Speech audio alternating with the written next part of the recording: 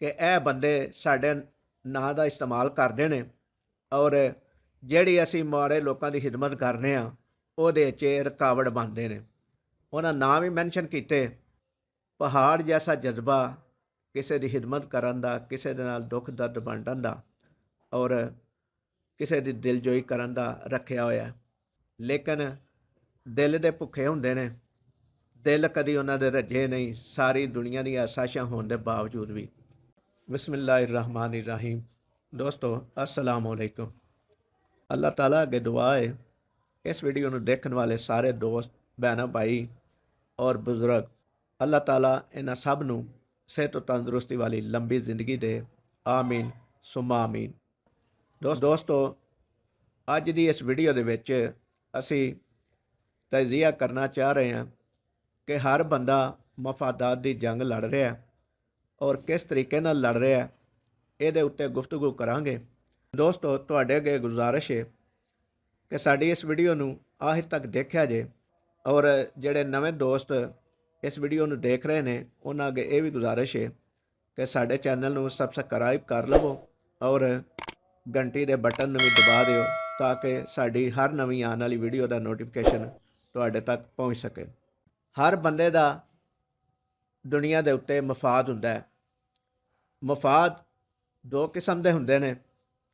ਇੱਕ ਉਹ ਮਫਾਦ ਜਿਹੜਾ ਤੁਸੀਂ ਕਿਸੇ ਦੀ ਭਲਾਈ ਵਾਸਤੇ ਆਪਣੇ ਅੰਦਰ ਪੈਦਾ ਕਰਦੇ ਹੋ ਔਰ ਇੱਕ ਉਹ ਮਫਾਦ ਜਿਹੜਾ ਤੁਸੀਂ ਦੂਸਰੇ ਦਾ ਨਾਂ ਲੈ ਕੇ ਤੇ ਆਪਣੀ ਜ਼ਾਤ ਵਾਸਤੇ ਇਹ ਕੋਸ਼ਿਸ਼ ਕਰਦੇ ਹੋ। ਕੋਸ਼ਿਸ਼ ਕਰਨ ਜਿਹੜੇ ਮਫਾਦਾਤ ਕਿਸੇ ਦੀ ਭਲਾਈ ਵਾਸਤੇ ਕੀਤੇ ਜਾਂਦੇ ਨੇ ਜਾਂ ਉਹਨਾਂ ਦੀ ਕੋਸ਼ਿਸ਼ ਕੀਤੀ ਜਾਂਦੀ ਹੈ, ਉਹ ਇਹ ਨੇ ਕਿ ਮੈਂ ਰਾਤੀ ਇੱਕ ਵੀਡੀਓ ਦੇਖ ਰਿਹਾ ਸੀ, ਉਹਦੇ ਵਿੱਚ ਕੁਝ ਲੋਕਾਂ ਦੇ ਮਫਾਦਾਤ ਇਨਸਾਨਾਂ ਦੀ ਭਲਾਈ ਵਾਸਤੇ ਹੁੰਦੇ ਨੇ ਔਰ ਕੁਝ ਲੋਕਾਂ ਦੇ ਮਫਾਦਾਤ ਆਪਣੀ ਜ਼ਾਤ ਵਾਸਤੇ ਹੁੰਦੇ ਨੇ। ਲੇਕਿਨ ਜਿਹੜੇ ਲੋਕਾਂ ਦੀ ਭਲਾਈ ਵਾਸਤੇ ਕੰਮ ਕਰਦੇ ਨੇ ਹਲੂਸੇ ਨੀਅਤ ਨਾਲ ਔਰ ਦਿਲੋਂ ਹੋ ਕੇ ਕਰਦੇ ਨੇ, ਅੱਲਾਹ ਤਾਲਾ ਉਹਨਾਂ ਦੇ ਰਸਤੇ, ਉਹਨਾਂ ਦੀਆਂ ਮੰਜ਼ਿਲਾਂ ਆਸਾਨ ਕਰਦਾ ਹੈ। ਔਰ ਜਿਹੜੇ ਬੰਦੇ ਆਪਣੇ ਜ਼ਾਤੀ ਮਫਾਦ ਦੇ ਉੱਤੇ ਕੰਮ ਕਰਦੇ ਨੇ ਉਹ ਵਕਤੀ ਤੌਰ 'ਤੇ ਉਹਨਾਂ ਨੂੰ ਅੱਛਾ ਤੇ ਮਹਿਸੂਸ ਹੁੰਦਾ ਹੈ ਔਰ ਇਸ ਤਰ੍ਹਾਂ ਵੀ ਸੋਚਦੇ ਨੇ ਕਿ ਮੈਂ ਫਲਾਂ ਬੰਦੇ ਨੂੰ ਬੇਵਕੂਫ ਬਣਾ ਕੇ ਤੇ ਮਫਾਦਾਤ ਹਾਸਲ ਕਰ ਲਏ ਨੇ, ਲੇਕਿਨ ਉਹ ਪਾਇਦਾਰ ਨਹੀਂ ਹੁੰਦੇ। ਪਾਇਦਾਰ ਮਫਾਦਾਤ ਉਹ ਹੀ ਹੁੰਦੇ ਨੇ ਕਿ ਜਿਹੜੇ ਤੁਸੀਂ ਕਿਸੇ ਦੀ ਭਲਾਈ ਵਾਸਤੇ।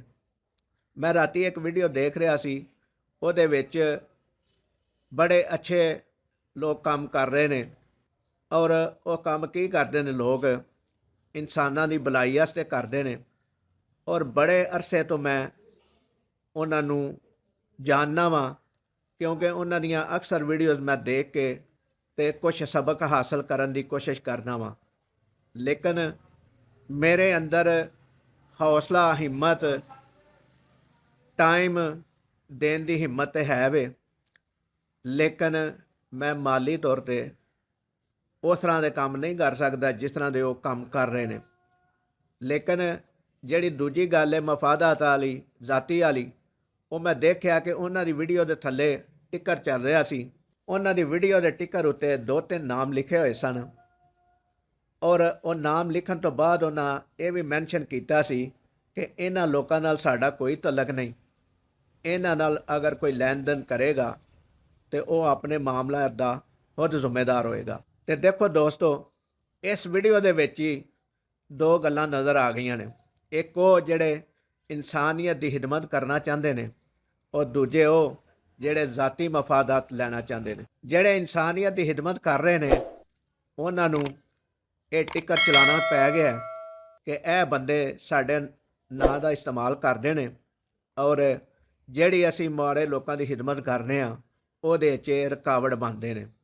ਉਹਨਾਂ ਨਾਂ ਵੀ ਮੈਂਸ਼ਨ ਕੀਤੇ ਔਰ ਅੱਗੇ ਲਿਖ ਵੀ ਦਿੱਤਾ ਕਿ ਇਹਨਾਂ ਦੇ ਨਾਲ ਜਿਹੜਾ ਵੀ ਮਾਮਲਾ ਚਲਾਏਗਾ ਉਹਦਾ ਖੁਦ ਜ਼ਿੰਮੇਦਾਰ ਹੋਏਗਾ। ਉਹਨਾਂ ਨੂੰ ਇਹ ਆਪਣੀ ਵੀਡੀਓ ਦੇ ਥੱਲੇ ਲਿਖਣਾ ਇਸ ਲਈ ਪਿਆ ਕਿ ਸ਼ਾਇਦ ਉਹ ਲੋਕ ਉਹਨਾਂ ਦੇ ਰਸਤੇ ਦੀ ਰੁਕਾਵਟ ਬਣ ਰਹੇ ਸਨ ਔਰ ਮਾੜੇ ਲੋਕਾਂ ਦਾ ਹੱਕ ਖਾ ਰਹੇ ਸਨ। ਤੇ ਦੋਸਤੋ, ਇਹ ਥੋੜੀ ਜਿਹੀ ਗੱਲ ਜਿਹੜੀ ਸੁਣਾਈ ਹੈ ਉਹ ਸੁਣਾਉਣ ਦਾ ਮਕਸਦ ਇਹ ਸੀ ਕਿ ਮਫਾਦਾਤ ਦੀ ਜੰਗ ਜਿਹੜੇ ਲੋਕੀ ਲੜਦੇ ਨੇ ਪਏ, ਕੁਛ ਜ਼ਿਆਦਾ ਅਕਸਰੀਅਤ ਦੇ ਵਿੱਚ ਜ਼ਾਤੀ ਤੌਰ 'ਤੇ ਪਏ ਲੜਦੇ ਨੇ, ਔਰ ਜਿਹੜੇ ਨੇਕ ਕੰਮ ਕਰਦੇ ਨੇ ਉਹਨਾਂ ਦੇ ਜ਼ਾਤੀ ਮਫਾਦਾਤ ਨਹੀਂ, ਖਿਦਮਤ ਕਰਨਾ, ਕਿਸੇ ਮਾੜੇ ਦੇ ਦੁੱਖ ਦਰਦ ਦੇ ਵਿੱਚ ਸ਼ਰੀਕ ਹੋਣਾ। ਇਸ ਵੀਡੀਓ ਦਾ ਵਿੱਚ ਜ਼ਿਕਰ ਕਰਨ ਦਾ ਮਕਸਦ ਸਿਰਫ ਇੰਨਾ ਕੁ ਸੀ ਕਿ ਉਹ ਬੜੇ ਅੱਛੇ ਲੋਕ ਬੜੇ ਅੱਛੇ ਤਰੀਕੇ ਦੇ ਨਾਲ ਮਾੜੇ ਲੋਕਾਂ ਦੀ ਖਿਦਮਤ ਕਰ ਰਹੇ ਨੇ ਔਰ ਕਾਫੀ ਅਰਸੇ ਤੋਂ ਕਰ ਰਹੇ ਨੇ। ਅੱਲਾਹ ਤਾਲਾ ਉਹਨਾਂ ਨੂੰ ਇਸੇ ਤਰ੍ਹਾਂ ਮਾੜੇ ਲੋਕਾਂ ਦੀ, ਗਰੀਬਾਂ ਦੀ ਖਿਦਮਤ ਕਰਨ ਦੀ ਹਿੰਮਤ ਦੇਈ ਰੱਖੇ, ਔਰ ਜਿਹੜੇ ਲੋਕ ਉਹਨਾਂ ਦੇ ਨਾਲ ਜੁੜੇ ਹੋਏ ਨੇ, ਜਿਹੜੇ ਮਾੜੇ ਲੋਕਾਂ ਦਾ ਆਸਰਾ ਬਣਦੇ ਨੇ, ਅੱਲਾਹ ਤਾਲਾ ਉਹਨਾਂ ਨੂੰ ਵੀ ਉਸ ਦਾ ਅਜਰ ਦਿੰਦਾ ਰਵੇ। ਮੁਆਸ਼ਰੇ ਦੇ ਵਿੱਚ ਦੋਵੇਂ ਕਿਸਮ ਦੇ ਲੋਕ ਨੇ, ਅਤੇ ਅੱਲਾਹ ਤਾਲਾ ਹਮੇਸ਼ਾ ਉਹਨਾਂ ਲੋਕਾਂ ਨੂੰ ਨਵਾਜ਼ਦਾ ਹੈ ਕਿ ਜਿਹੜੇ ਕਿਸੇ ਦੇ ਕੰਮ ਆਉਂਦੇ ਨੇ, ਕਿਸੇ ਦੇ ਨਾਲ ਹਮਦਰਦੀ ਕਰਦੇ ਨੇ ਔਰ ਕਿਸੇ ਦਾ ਦੁੱਖ ਬਾਂਟਦੇ ਨੇ।